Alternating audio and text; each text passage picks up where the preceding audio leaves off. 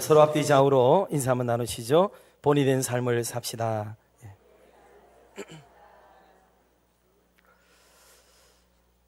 이번 주하고 아마 다음 주에 이르도록 아마 전국이 꽃길이 되지 않을까 그런 생각도 같습니다. 벚꽃도 이제 예쁘게 펴고 곳곳마다 개나리꽃이 이렇게 만발하고 산에는 빨간 진달래가 지금 얼마나 예쁘게 피어 있는지 말할 수가 없습니다. 또 내과 쪽으로는 보면 수양버들을 비롯해서 나무나무마다 물이 오르고 새순이 이렇게 돋아나서 연두색으로 더없이 이쁘고 찰랑거리는, 그래서 나가면은 참 봄 기운이 한껏 느껴지는 그런 좋은 계절입니다. 또 어른들은 이제 호미 하나 딱 들고 나가거나 또 헌칼 하나 딱 끼차고 나가면은 냉이를 비롯해 가지고 봄나물 돈나물들이 잘 돋아나서 또 우리의 식욕을 돋구게 되는 그런 좋은 계절이 됩니다. 이 아름다운 봄을 주신 하나님께 감사하고 그 안에서 행복한 삶을 꿈꾸며 살아가기를 주의 이름으로 축복합니다. 오늘은 본이 된 아사왕이라는 제목으로 하나님 말씀을 나누려고 합니다. 아사왕은 분열 왕국 시대, 그러니까 북쪽 이스라엘, 남쪽 유다, 이렇게 이스라엘이라는 나라가 두 나라로 남북으로 딱 갈라져 있었는데 유다 나라에서 세 번째로 임금이 된 사람이 아사 왕입니다. 약 41년 동안 통치를 하게 되는데 통치를 잘 했습니다. 남쪽 유다에 있는 왕들은 특별한 경우를 제외하고는 비교적 원만하게 통치를 했고 대부분은 잘 했습니다. 북쪽에는 특별한 분들만 좀 잘하시고 대부분은 좀 잘 못한 사람이에요. 우리나라 남북하고도 거의 비슷합니다. 약간 그렇게 생각하시면 뭐 잘 외워지기도 하고 좋을 수도 있어요. 그런데 이 아사왕이 이렇게 정치를 잘한 데는 놀랍게도 그 옆에 선지자 아사랴가 옆에서 잘 도왔어요. 하나님의 뜻을 정확하게 이해하고 시대를 읽고 그리고 결영을 해야 될 것들을 정확하게 말을 해줌으로써 아사왕이 아주 강단 있게 정치를 해나가도록 돕는 일에 굉장히 귀하게 쓰임받는 사람이 바로 아사랴입니다. 그래서 그가 예언을 받아서 하나님이 싫어할 만한 이런 일들을 다 제거합니다. 예컨대 우상 숭배라든지 또 우상 숭배와 곁들여서 있는 악습들, 내려오던 전통 습관들, 이런 것까지를 다 그냥 타파해버리고 없애버리고 하나님만 섬기는 신앙개혁, 종교개혁을 단행한 임금이 바로 아사왕입니다. 물론 그 사람에게도 실수가 없는 건 아니에요. 한때 좀 넘어지기도 하고 또 하나님 싫어하는 일을 하기도 해서 그 나름대로 벌을 좀 받기도 합니다. 그렇지만 그의 방향성이 항상 하나님을 향하여 있었기 때문에 그게 큰 문제가 되지 않도록 하나님이 받아주셨고 그의 마음을 온전한 것으로 여겨주시고 그의 생각과 방향들을 정직한 것으로 인정을 해주신 그런 사람이 바로 아사왕입니다. 그래서 오늘 아사왕에 대한 말씀을 좀 더 드리려고 하는데, 성경은 그렇습니다. 어떤 특정 인물을 얘기할 때는 그 인물만을 얘기하려고 하는 건 아니에요. 물론 그 인물이 묘사하는 바가 예수님이신지 또 하나님이시든지 또는 하나님이 하신 일이든지 또는 성도들이 일반적으로 해야 될 의무나 책임을 말씀하려고 하는 경우 등 다양한 부분이 있습니다. 그래서 한 사람을 얘기하지만 그것은 곧 우리 일반적인 성도들이 어떤 삶을 살아야 하는가 하는 것까지를 말씀하는 그런 내용으로 들으시면 되겠습니다. 오늘 이 아사왕의 본이 되는 삶에서 무엇보다도 첫째는 행함이 있는 믿음을 가지고 있는 사람이에요. 행함이 있는 것. 대부분의 사람들은 말뿐이죠. 말만 잘하고 말만 많고 그렇게 하지만 아사왕은 그렇지가 않았습니다. 실제로 아사왕이 임금의 자리에 오를 때 이스라엘 남유다가 거의 좋은 시기가 아니에요. 대단히 암울하고 좀 힘겹고 어려웠습니다. 그의 앞에는 많은 장애물이 있었고 그렇기 때문에 좋은 정치를 할 판이 되지를 못했어요. 그래서 그 상황을 알고 이 정치의 전체적인 구도를 하나님이 기뻐하는 구도로 바꿔야겠다는 생각을 가지게 됩니다. 그래서 아사랴 선지자가 아까 말씀드렸듯이 곁에서 지적하고 가르쳐주는 대로 이 전체 판을 하나님이 기뻐하는 쪽으로 데리고 갑니다. 놀라운 일이에요. 여러분, 우리가 믿음으로 행한다, 믿음을 행한다 하는 이런 말을 할 때는 중대한 결단이 없으면 할 수가 없죠. 결단이 없기 때문에 못하는 거거든요. 실제로 우리가 신앙생활에 왜 많은 성장을 가져오지 못하느냐 하면 사실 성도들만큼 매주일마다 엄청난 양의 하나님의 말씀을 비롯한 때때로 세상의 가치와 또 좋은 말씀들을 매주일마다 설교를 듣습니다. 주일에 한 번 오는 분도 거의 한 3, 40분의 설교를 듣고요. 또 오후까지 오시는 분들은 2시간을 듣게 되고, 또 새벽을 나오시는 분들, 수요일날 나오시는 분들까지 합하면 우리가 매주일마다 세상적으로 보더라도 정신교육이 말도 못하게 많이 하고 있는 거예요. 이게 민방위 훈련 1년 할 걸요 한 주일마다 다 한다니까요. 이게 그 정도로 엄청난 양을 듣습니다. 그런데도 우리의 실생활 속에서는 왜 변화가 일어나지 않는가? 물론 어느 정도 소폭의 변화는 일어나겠지요. 그러나 참 강단 있는 변화가 왜 일어나지 않느냐 하면 결단을 하지 않기 때문에 안 되는 겁니다. 결단. 그래서 예컨대 설교를 듣고 마지막에 설교자가 기도할 때쯤 되면 여러분들의 마음속에도 뭐 하나를 부여잡고, 그래 나도 한번 진짜 결단해야 되겠다, 정말 이렇게 살아봐야 되겠다 하는 이 결단이 내 속에 일어나지 않으면은 솔직한 얘기로 그 많은 설교는 우리의 신앙에 도움보다는 해를 주는 경우도 대단히 많습니다. 남보다 더 많이 아는 것이, 남보다 더 많이 듣는 것이 나를 유익되게 할 것처럼 보이지만 실제로는 그렇지 않습니다. 그게 다 해가 되죠. 왜? 주님은 많이 맡긴 자에게는 많이 찾으시는데, 내가 그 말씀을 안 들었더라면 그 죄가 안 될 수도 있는 것도 들었기 때문에, 알고 있기 때문에 그걸 행하지 않는 것이, 알고도 행치 않으면 그게 죄가 되거든요. 그러니 더 나쁜 삶을 살아갈 수도 있게 되는 게 하나님 말씀이에요. 오늘 많은 분들이 하나님 말씀 공부를 좋아하고 막 연구도 좋아하고 이런 것도 좋아하지만 결단 없이 읽는 것은요, 배우는 것은 그건 자기를 독을 키우는 거예요. 독. 결단이 없는 것은 위험합니다. 대단히 위험합니다. 그러니 내가 이 말씀에 따라 살려는 강력한 결연한 의지가 우리에게 필요한 거예요. 자, 아사왕을 보세요. 아사왕의 종교개혁은 쉬운 게 아닙니다. 여러분, 무엇이든지 지금 우리나라도 뭐 형국이 뭐 바꿔보자라는 말의 의미에서는 다르지 않죠. 한 개인이, 일개인이 마음을 바꾸어 먹는 것도 사실 쉽지가 않죠. 그러나 수도 없는 생각을 해보지만 실천 안 되는 이유가 뭐냐면 결단을 안 하기 때문에 안 되거든요. 결단을. 그런데 자기 혼자 결단하는 거는, 결단하더라도 손해보는 사람이 자기예요. 이익을 보는 사람도 자기뿐입니다. 그렇기 때문에 그게 큰 문제가 되지 않아요. 좀 내가 불편하면 되고, 내가 조금 더 손해보면 되고, 내가 좀 더 부지런하면 되고, 뭐 그러는 거거든. 내가 더 노는 거를 줄이고 여유를 줄이고 내가 하려고 하는 그것들, 좋아하는 것들을 자제시키는 것밖에는 그게 문제가 없어요. 나만 입 다물면 내 계획은 이루어지게 되거든요. 그런데 사람은 그것도 잘 안 돼요. 자기에게 국한된 얘기인데도 그 결단이 또 안 돼요. 그런데 남과 관계된 문제를 고쳐나가는 거는 얼마나 어렵겠어요. 3사람을 고쳐야 돼요. 10사람을 고쳐야 돼요. 20사람을 고쳐서 딴 마음을 먹고 다른 각도로 삶을 살아가기로 각오하고 결단하는 일은, 이거는 정말 어려운 겁니다. 이게 말도 못하기 어려운 일이죠. 게다가 한 국가를 상대로, 국민들을 상대로 뭐를 뜯어 고쳐야 되겠다 하는 일은, 이건 정말 어려운 거예요.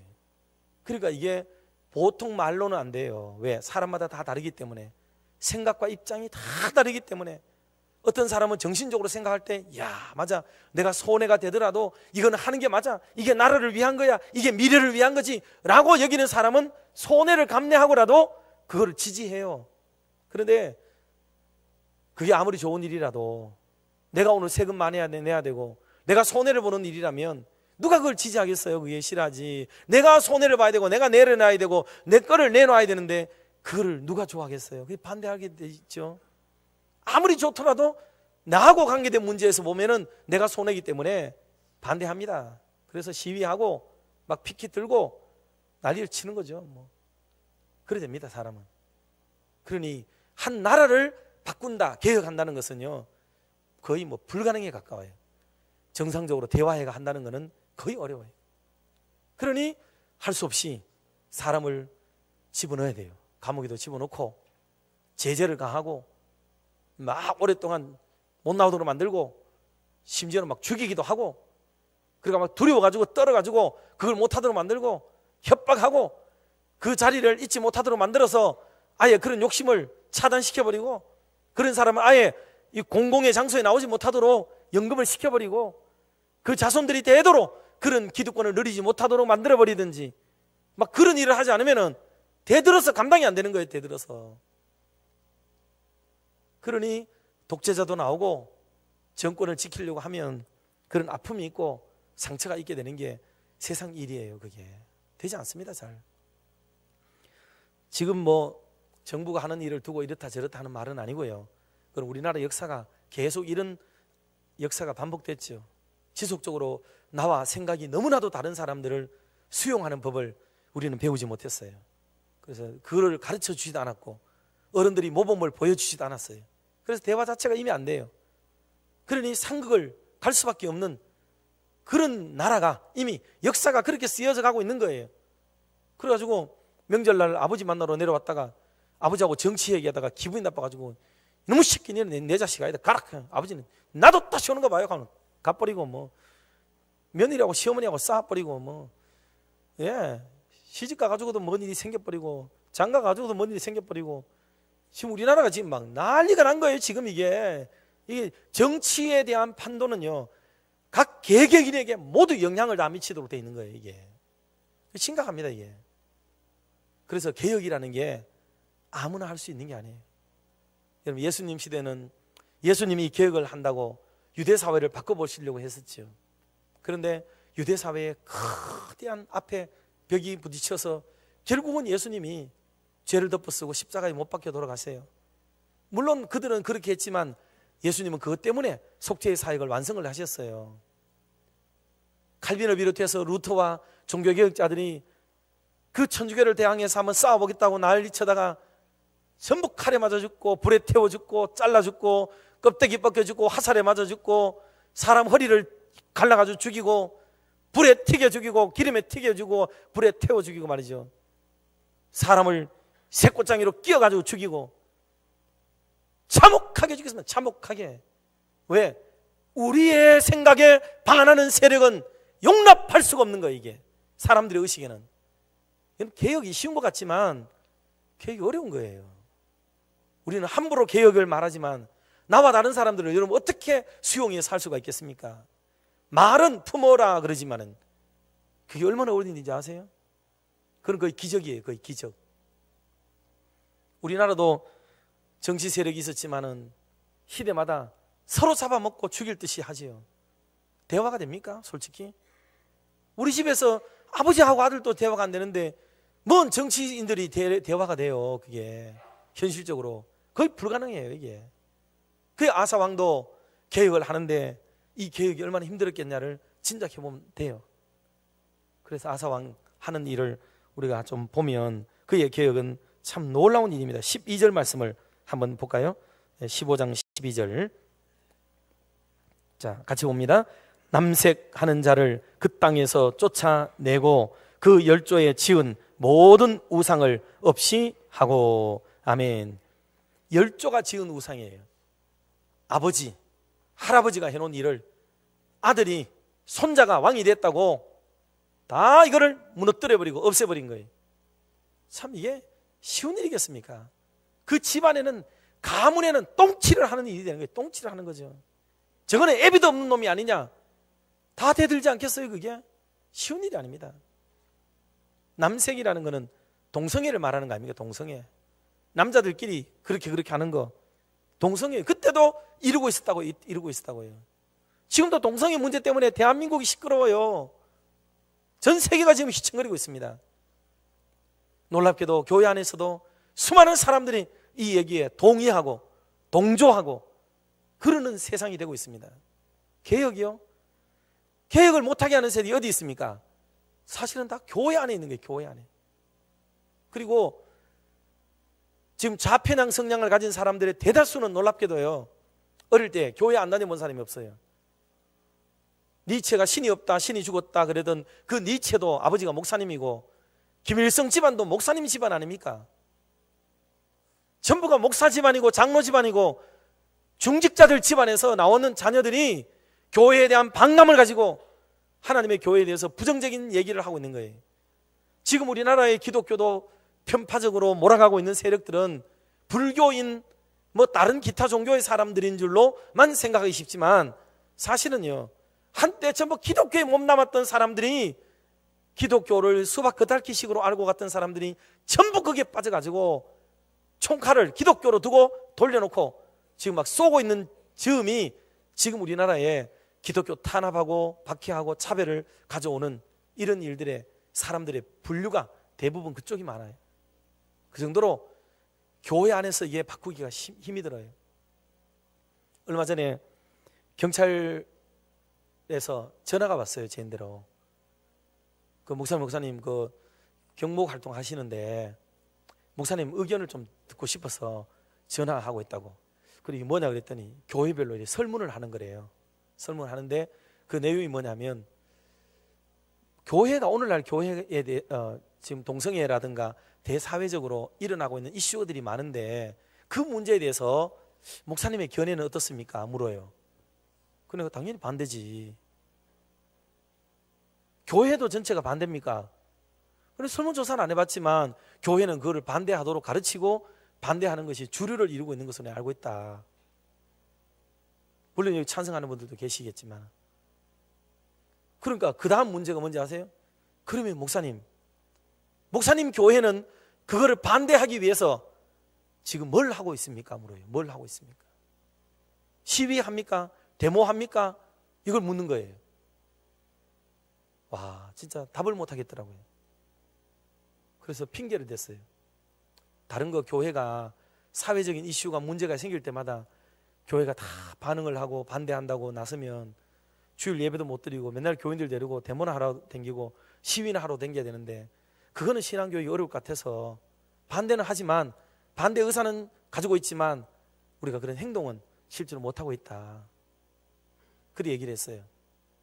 기억하십니까? 옛날에 몇 년 전에 탈북자들을 중국 정부가 최소 20만에서 50만에 가까운 사람들을 자기들이 거기에서 북한으로 막 다시 돌려보내서 인권도 유린되고 생명도 죽고 엄청나게 어려움을 겪는다 해서 우리 교회가 동성로에 가서 월요일 저녁마다 올라가가지고 데모하고 기도회하고 막 핏기 들고 하고 그랬던 적이 있습니다. 그때 우리 성도들이 한 10여 명 전후 되는 성도들이 매주 월요일마다 올라가서 목사와 더불어 부교육자들과 더불어서 기도회를 하고 했습니다. 정부가 바뀌면서 자연스럽게 이게 중국에 대한 압박이고 북한에 대한 압박이어서 그런지 모르지만은 이 문제가 그냥 흐지부지 하다가 그냥 없어져 버렸어요. 그래 다시는 더 이상 안 가도 되지만 한 1년 동안 거기 왔다 갔다 했거든요.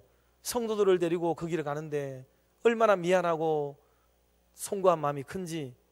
그러면서 한편에서는 이런 정의를 위하고 의로움을 위해서 교회가 마땅히 해야 될 일이 아니겠는가 하고 고함은 질러보지만은 참 그 수도 적고 소리도 작고, 대구시에 1600개 교회가 있다 그러지만은 모이는 사람들이 200명 남짓 겨우 모이고 150명 200명 모여가지고 으쌰으쌰 하고 있는데 그게 저들에게 무슨 간의 기변이나 갈 만한 뭐겠습니까? 대부분의 기독교인들은 자기의 생각과 소견은 있지만 행동하지 않는 기독교인이 되고 말았습니다. 왜? 내가 손해되는데요, 내가 귀찮은데요, 내가 잘못하면 말려 들어가는데요, 그런 행동을 하겠습니까? 그거 안 됩니다. 우리 교회도 한 10명 남짓한 성도들이 도로도로 돌아가면서 이렇게 빠지기도 하고 나오기도 하고 이러는 정도에 불과했지 참석하지 않습니다. 다. 우리는 무엇을 좋아하고 강단을 주목하고 있느냐? 사회를 향하여 행동하는 데는 한국 기독교회가 그런 마음을 가지지 않습니다. 그러면서도 사회가 바뀌어져야 된다고 뒤로는 고함치고 소리 지르고 대통령이 어떻다, 정치가 어떻다, 수많은 말들은 교회에서 또 다 나와요. 교회에서 다 나오죠. 그러나 그런 일을 개혁하고 고치는 데는 누구도 하나 나서지는 않습니다. 그러면서 우리 기독교회는 뭐 하느냐 하면 자기들끼리 싸울 때는요 생명 걸고 싸웁니다. 생명 걸고 싸워요. 목사를 대항하고 장로를 대항하고 교회 자기들끼리 싸울 때는 밤을 새면까지 싸우고 새벽처럼 일어나가지고 싸우고 그렇게 행동해요. 여러분 놀랍지 않습니까? 우리가 싸워야 될 대상과 적이 누구인지를 PR을 구분하지 못하는 그런 어둠의 영으로 뒤덮여버린 게 한국 교회가 되었습니다. 그리고 우리는 모두가 강단에서부터 축복받으라, 은혜 받으라, 사랑받으라, 하나님이 주시는 모든 걸 받으라는 소리에는 아멘 아멘 하고 싶지만은 선교합시다, 구제합시다, 사회를 향하여 베풀어 줍시다, 가서 봉사합시다, 가서 도와줍시다 할 때는 모두 눈을 다 감아버리고 고개를 외면하는 그런 신앙을 우리가 받아왔습니다. 이거는 참 가슴 아픈 일이에요. 가슴 아픈 일이죠. 그게 우리의 실상입니다. 이게. 그러니 아사왕을 다시 들여다보면 정말 이분이 대단하구나. 자기에게 오는 얼마나 수많은 겁박이 있었고 회유가 있었고 대화를 청하는 사람이 있고 그랬겠어요. 그런데도 사정없이 개혁의 칼을 들고 가차없이 하나님의 법을 성취시켜 나가려고 하는 임금의 입장에서 결의의 참 모습으로 내가 재임하는 기간 동안에는 하나님이 기쁘게 해드리는 일에 내가 전력 투구하겠다고 마음을 먹는 아사왕의 마인드는 이거는 정말 시대를 두고 어느 시대에서나 존경을 받을 만한 참 좋은 결단이에요. 여러분 15장 13절 말씀도 한번 계속해서 합독해 보도록 합시다. 또 그 모친 마아가가 계속 읽으세요.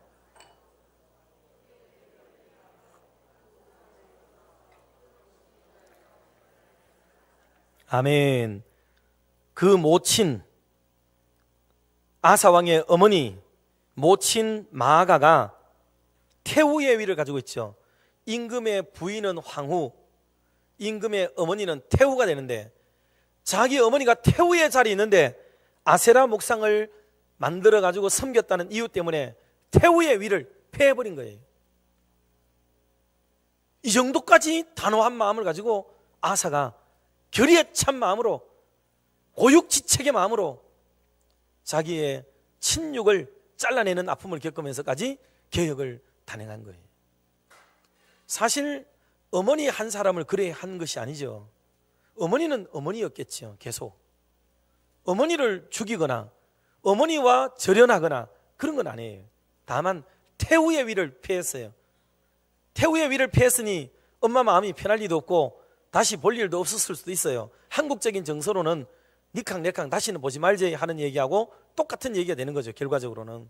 그러나 어머니의 그 위를 폐위를 시켜요. 왜냐하면 어머니의 영향력이 태후로서 갖는 영향력이 백성에게 미치는 영향력이 너무 크기 때문에 그거 안 하는 거죠. 임금의 어머니도 아세라를 섬긴다더라 그러면 모든 여인들이 들고 일어나서 아세라상을 섬길 것 아니냐는 거죠. 그러니 그의 앞선 일이 되고 다른 사람에게 모델 케이스가 되는 이 일을 용납했다가는 안 되겠다고 판단하기 때문에 아픔이 있지만 상처가 있지만은 어머니의 위를 태후가 못 되도록 만들어버리고 일반 사람으로 그냥 강등을 시켜버리는 일을 자행하는 것이 아사왕의 마인드입니다. 참 놀라운 일이죠. 이 정도의 칼날이 아니고서 개혁이 일어나겠습니까? 개혁이 안 되죠. 그러니 여러분 결단이라고 하는 게 얼마나 중요한지 모릅니다. 결단. 한번 뜻을 세우면은 그 나머지 생각은 가차없이 잘라낼 수 있는 결연한 마음이 없고서는 성도의 삶의 변화는 결코 일어나지 않는다 하는 거예요. 그 사랑하는 성도님 여러분의 삶의 현장에서도 말씀 듣고 무엇 하나 결단하고 돌아가시는 아침이 되기를 주의 이름으로 축복합니다. 결단 없는 삶은 지속적으로 악을 불러일으키고 우리가 악에 몸담고 있는 것일 뿐이고 내 삶이 달라지는 건 아무것도 없다는 사실이에요. 그래서 매주일마다 말씀 드릴 때마다 뭐 하나는 내가 고쳐야 되겠다, 내가 바꿔야겠다 이런 마음과 자세를 갖추지 않는 한은 10년, 20년, 30년이 지나도 내 삶의 변화는 일어나지 않습니다. 그 하나를 고쳐야 돼요. 그게 고칠 때 우리는 하나하나의 변화와 그 달라짐이 일어나게 되는 겁니다. 이게 바로 아사의 놀라운 변화의 의지였습니다. 두 번째로는요, 이 사람은 본을 보이는 사람이에요. 본을. 참 모든 사람에게 본이 뭔가 잘 아시죠? 본. 우리 경상도 말로 이렇게 본이 된다 그러면 잘 못 알아들어요. 사실은 정확한 의미를. 본 뜬다 그러면 대부분 알죠. 본을 딱 뜬다 그러면 알죠. 밖에 나가면 왜 붕어빵 있잖아요. 붕어빵 만드는 거. 딱 붕어빵 기계는 다 뭐예요? 그게 본이에요. 본을 딱 떠는 거 가지고 그다가 밀가루만 집어넣고 판만 집어넣어가지고 그다음 몇 바퀴 돌리면은 노릿노릿하게 구워져가지고 잉어빵이 딱 나오죠. 그걸 왜 못하게 하는지 모르겠어요. 나 길거리 있으면 참 좋던데 말이죠. 예. 어쨌든 이게 본이라는 그런 겁니다. 옛날에 어머니들이 버선 하나 딱 만들면은 모델 하나 딱 만들어 놓고 시어머니가 하던 거 갓 결혼한 며느리가 바느질이고 뭐고 잘 안 되잖아요. 본을 주면은 본을 가지고 양말하고 요래 해가지고 딱 재단해가지고 미싱해가지고 박아가지고 뒤집어 버리면은 버선이 하나 딱 만들어지게 하는 본. 그게 본입니다. 본. 밑본자 아닙니까? 모델. 그러니 어떤 하나의 모델을 세운다는 것은 대단히 중요한 거죠. 그걸 보고 그 본을 삼아서 살아라 하는 얘기가 바로 그거죠. 그런 면에서 아사를 두고 본이 될 수 있는 사람으로 성경은 지목을 하고 있습니다. 자, 11절 말씀 한번 같이 합독하겠습니다. 같이 봅니다. 아사가 그 조상 다윗과 같이 여호와 보시기에 정직하게 행하여. 아멘. 여러분, 어떤 임금이 다윗과 같이라는 말을 쓸 수 있습니까? 좀치 없습니다.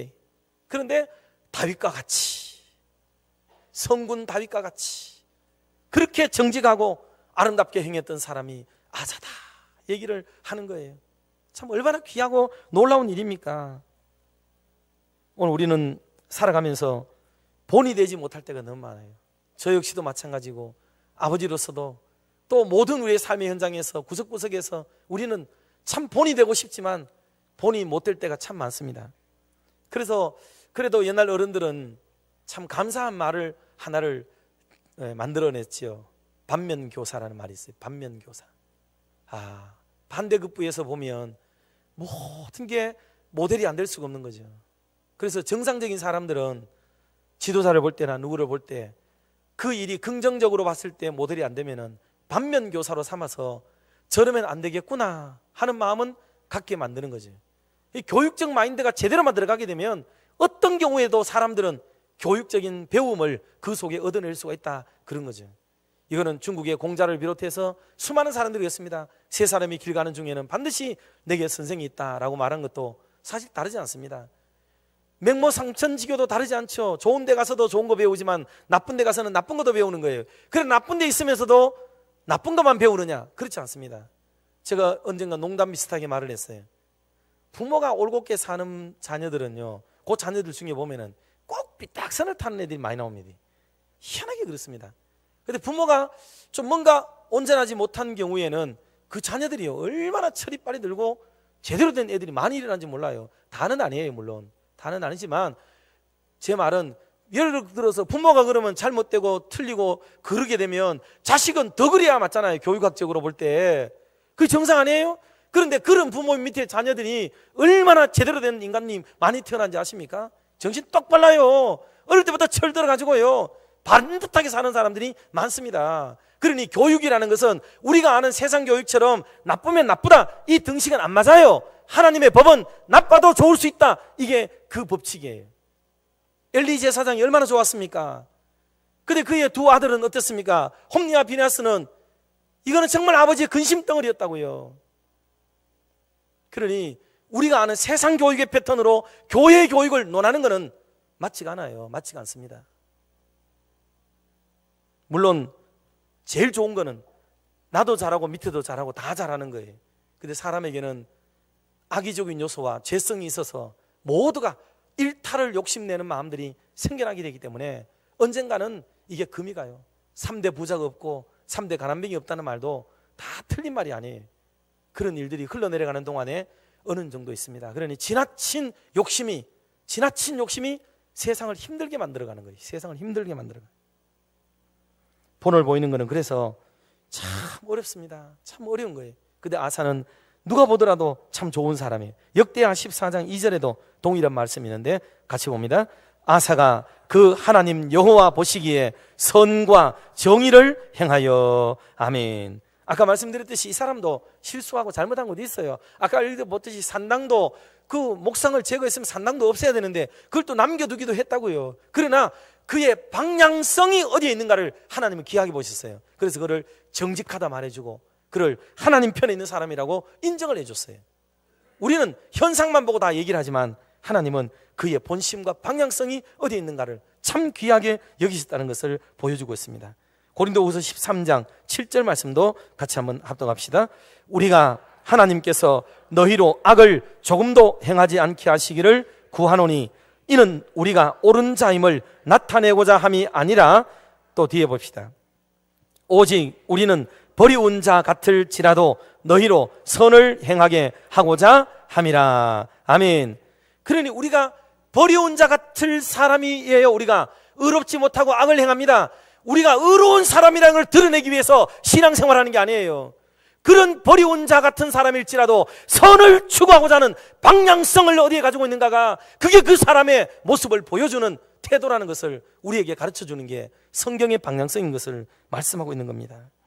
아사도 여러 번 그런 일이 있었지만은 그가 어떤 색깔을 가지고 있었는지가 그게 하나님 앞에서는 오히려 본이 되었다 말씀을 했습니다.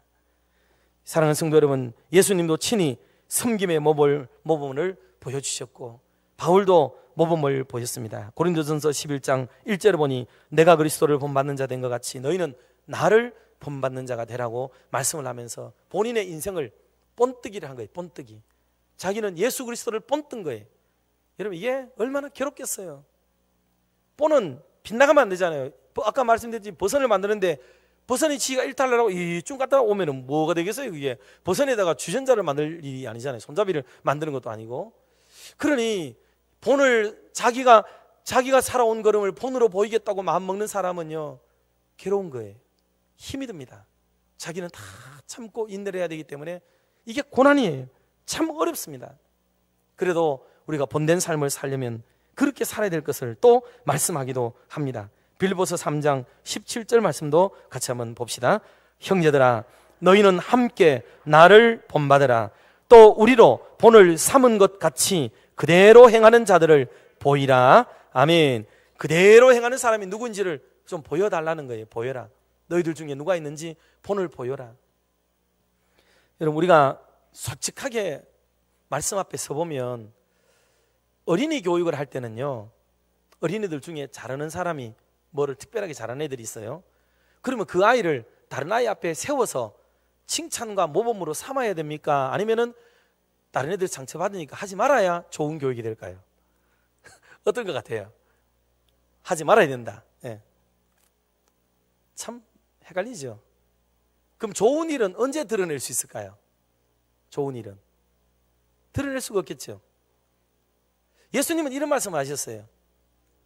여인이 향유를 옥합을 깨뜨려서 나드 한 근을 바쳤는데 거의 1년치 노동자들의 품삯이라고 얘기를 합니다. 요즘 말로 하면은 한 3천만 원, 4천만 원 가까이 되지 않을까 싶어요. 그거를 예수님 발 씻는 데다가 그냥 다 부어가지고 없앴거든요. 그거를 두고 가룟 유다를 비롯한 제자들은 펄펄 뛰었습니다. 어떻게 이게 소진해가지고 이걸 소비해서 버리느냐고. 이걸 팔아가지고 가난한 자들에게 나누어줬으면 구제를 얼마나 했을 텐데 왜 이렇게 했느냐고 막 나댔습니다. 그랬더니 주님이 그러지 마라. 내 장래를 위해서 준비한 일이다. 그러면서 뒤에 뭐라 그러냐면 이 여인이 행한 일을 복음이 증거되는 곳곳마다 증거하라고 그랬어요. 복음이 증거되는 곳곳마다 이 여인의 행한 일을 드러내라. 사실 여러분, 우리가 소극적인 교육은요, 누구를 세우면 다른 사람이 상처받기 때문에 그걸 안 하고 말아요. 이게 그 교육도 소극적인 교육에서는 때로는 필요합니다. 그게. 그러나 항상 그래버리면 잘하는 사람은 없는 세상이 되고 그거를 본받으려는 사람이 없어지게 되고 내세움을 받는 사람이 없어지게 되고 위인전부터 없애야 됩니다. 영웅담부터 없애야 됩니다. 위대한 동상들을 다 없애야 됩니다. 왜? 그 사람들을 내세워서 될 일입니까? 다 똑같은 사람들인데 그거 싫어하잖아요. 지금요, 다 사람들이. 어떤 사람을 내세웠더니 어떤 한 부류는 일어나서 그거 없애겠다고 막 난리를 치잖아요. 메가더 장군 그거 없애야 그게 속편한 사람들도 있어요. 세상에는. 그 사람이 한 일이 뭐라고 온 민족을 막 갈라내느냐고 주장을 하잖아요. 이승만 대통령도 마찬가지고.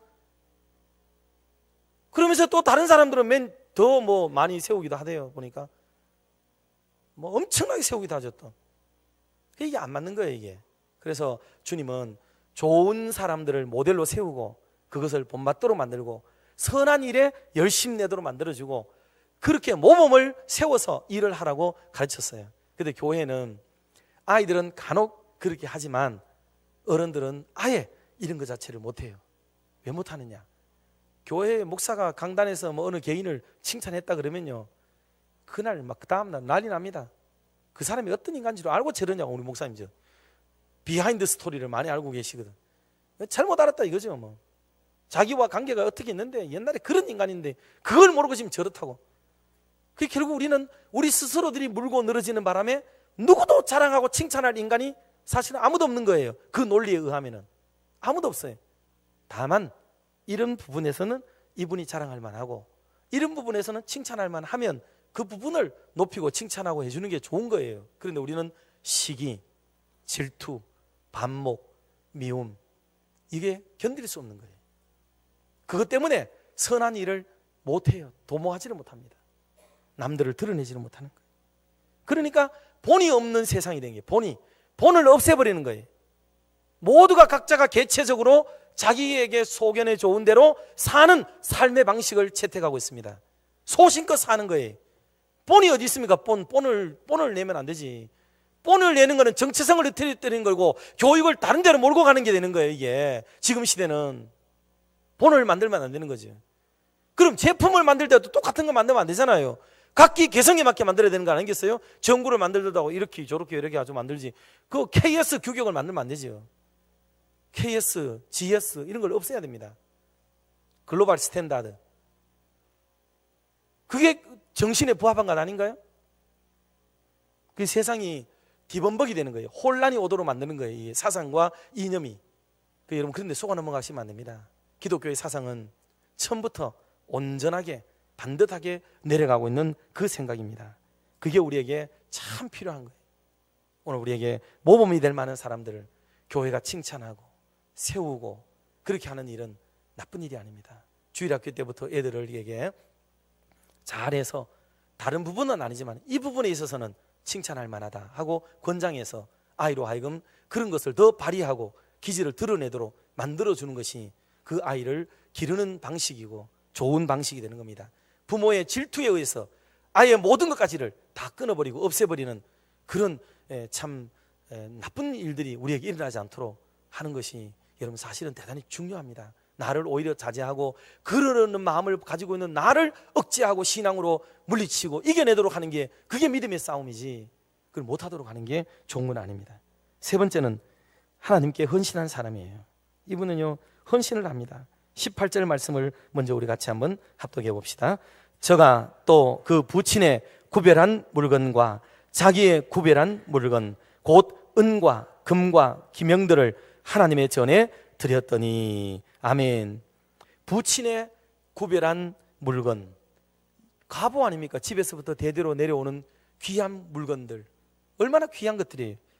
그거를 하나님의 전해드리고 자기의 구별한 물건, 사람은 자기 수준에 맞는 물건을 귀하게 여겨요. 임금은 임금의 수준과 레벨에 맞는 물건을 귀하다고 얘기했죠. 그 물건을 하나님의 전에 바쳤다 얘기했습니다. 왜냐하면 그 개혁의 주도적인 받침, 정신적 지주가 누구였느냐면 바로 아사랴의 이 선지자의 놀라운 그 지도력이 그 속에 있었거든요. 그거를 이해하고 그리고 그 배후에 계신 하나님을 높이는 마음으로 헌신하고 희생하는 마음으로 주님께 이 모든 것을 드렸다라고 얘기하는 게 그게 바로 아사왕의 정신입니다. 우리는 무엇이든지 드리라 바치라는 말만 나오면 긴장하기 시작합니다. 그리고 싫어하고 이것을 피해갈 수 있는 복음을 듣고 싶은 거예요. 여러분 대가 없는 게 뭐 있습니까? 엄마가 아이를 낳는 고통이 없이 그걸 피해가려고 하는 세상이 물론 옵니다. 계속 이제 다른 쪽에서 자녀를 생산하는 방법을 연구하겠죠. 그럴 때 부모와 자식 간의 정과 사랑이 어떤 관계가 있게 될 것인지를 우리는 잘 알고 있습니다. 아직까지 우리나라가 거기까지는 안 갔어요. 그러나 아이를 낳아 기르는 것이 힘들다는 데는 공통인 인식을 갖고 아이를 낳지 않거나 아주 적게 낳는 이런 정서는 이미 깔려버렸습니다. 이미 우리나라가 이미 서구 구라파를 거의 지금 다 쫓아갔죠. 다 쫓아가고 이제는 인구가 점점 절벽 상태로 급상승 지금 이게 199 절벽 상태로 가고 있어서 우리나라가 미래가 지금 암담하고 참담한 지경으로 가고 있습니다. 하나님의 법칙보다는 사회를 능수능란하게 사는 방법이 우리에게 더 크게 다가왔기 때문에 아이 하나 키우는데 드는 돈이 얼마고 아이가 있으면 아이를 키우는 동안에 내 젊음과 청춘이 다 흘러가 버리고 우리가 엔조이적인 삶을 살지 못하기 때문에 우리가 두 사람이 행복한 삶을 살고 여유 있는 삶을 살려면은 가급적 자녀가 우리에게 발목을 잡지 않도록 해야 되기 때문에 지금 시대는 아이를 낳지 않으려고 이미 방향성을 설정합니다. 그러니 우리가 헌신을 한다, 희생을 한다는 말의 의미가 무색하게 되는 거죠. 곳곳에 어디에도 이게 없습니다. 부모님에게도 헌신 없고요, 자식에게도 양육하는 데 헌신 없고, 국가에도 헌신 없습니다. 오히려 국가가 우리를 위해서 헌신해야 되고, 교회에 대한 헌신도 없어집니다. 교회가 우리를 위해서 헌신해야 된다고 생각하죠. 말씀드렸지만 여러분, 교회가 어디 있습니까? 대구 칠곡중앙교회 어디 있나요? 여러분 아세요? 대구 칠곡중앙교회 어디 있는지? 대구 칠곡중앙교회 어디 있어요? 여기 어디 있습니까 이게? 그래서 교회론이 바로 서지 않으면은 그 교회가 이해가 안 되는 거예요. 그러면 그 교회를 두고 오만 얘기를 하게 돼 있죠. 교회가, 목사가 교회일까요? 아니죠. 당회가 교회예요? 공동회가 교회입니까? 교회는 누구예요? 교회. 교회는 우리 각자가 예수 그리스도로 말미암아 죄악된 세상에서 불러냄을 받은 사람들의 모임인 그 공동체가 바로 교회인 줄로 믿습니다. 우리 각자가 교회, 우리 각자가 교회. 근데 우리 교회가 뭐 하지라는 말의 의미는 내가 아무것도 안 하고 있다는 말이에요. 그게 다른 말이 아니에요. 어느 분을 칭찬하면 그렇습니다. 누군가 알려고 하지는 마세요. 우리 교회에 어떤 분이 계시는데 이분은 참 굳은 일도 잘 감당해요. 참 고마워요. 길 가다가도 더러운 게 있으면은 그거를 주워서 버리고, 지저분한 데가 있으면은 도구를 가지고 와서 쓸고 닦고, 옷이 많이 더러워질 것 같으면은 아예 옷까지 갈아입고 가지고 그 일을 대들고, 참 굳은 일을 합니다. 남 모르게 그냥 해요. 그분의 마인드는 어떤 생각을 가지고 있냐면은 우리 같으면 이럴 거예요. 이렇게 지저분하게 있는 게 이게 누구 책임이지? 어느 부서에서 해야 될 일이고 누가 해야 될 일인지를 우선적으로 따질 것 같아요. 딱 그렇지 않습니까? 이게 누구 담당이냐? 우리 이런 생각이 있을 거예요. 근데 그분은 생각을 그렇게 안 한대요. 하나님이 내게 보여주신 것은 나보고 하라고 하는 일이다. 신앙으로 생각하는 거예요. 신앙으로, 믿음으로 수납하는 거죠. 이게 객관적인 진술이나 사견이나 철학적인 관점이나 일반적인 사고로 이 문제를 대응하는 것이 아니고, 이 문제는 하나님이 내게 보여주심으로 내가 하라고 하나님이 내게 붙여주고 보내주신 것이지 라고 여기고 당신이 그걸 다 한다는 거예요. 얼마나 귀합니까? 여러분, 우리가 헌신을 할 때 가치를 바로 가져야 됩니다. 저는 진심으로 우리 사랑하는 성도들에게 부탁하고 싶어요. 좋은 믿음을 가지려면 윗때부터 해오던 신앙을 잘 이어받는 게 중요합니다. 초대교회는 항상 모이면 그곳이 교회였습니다. 미국의 퓨리탄들이, 영국의 퓨리탄들이 미국이라는 아메리카를 발견해가 갔을 때 그들이 제일 먼저 했는 것은 교회 중심의 마인드를 가졌습니다. 한국 기독교 초기에 많은 얘기들을 우리가 근래에 들었지만은 하나같이 놀라운 사실은 우리나라의 초기에도 놀랍게도 그때 교회를 중심해서 교회가 먼저 서고 자기의 집을 짓는 일들이 비일비재했다는 얘기를 우리는 많이 들었습니다. 이것이 전통적인 기독교의 사관입니다. 다시 말하면 교회가 바로 서면 교회에서 쏟아지는 은혜의 물결이 우리의 가정으로, 나의 사업토로, 우리의 후손으로 흐를 거라고 믿는 이 믿음을 가지고 있는 거죠. 성경적으로 그렇습니다. 제단에서 흘러나온 4,000척의 물이 흘러내리면서 우리를 적시게 되고 잠기게 되는 놀라운 역사가 일어나게 될 줄로 믿습니다.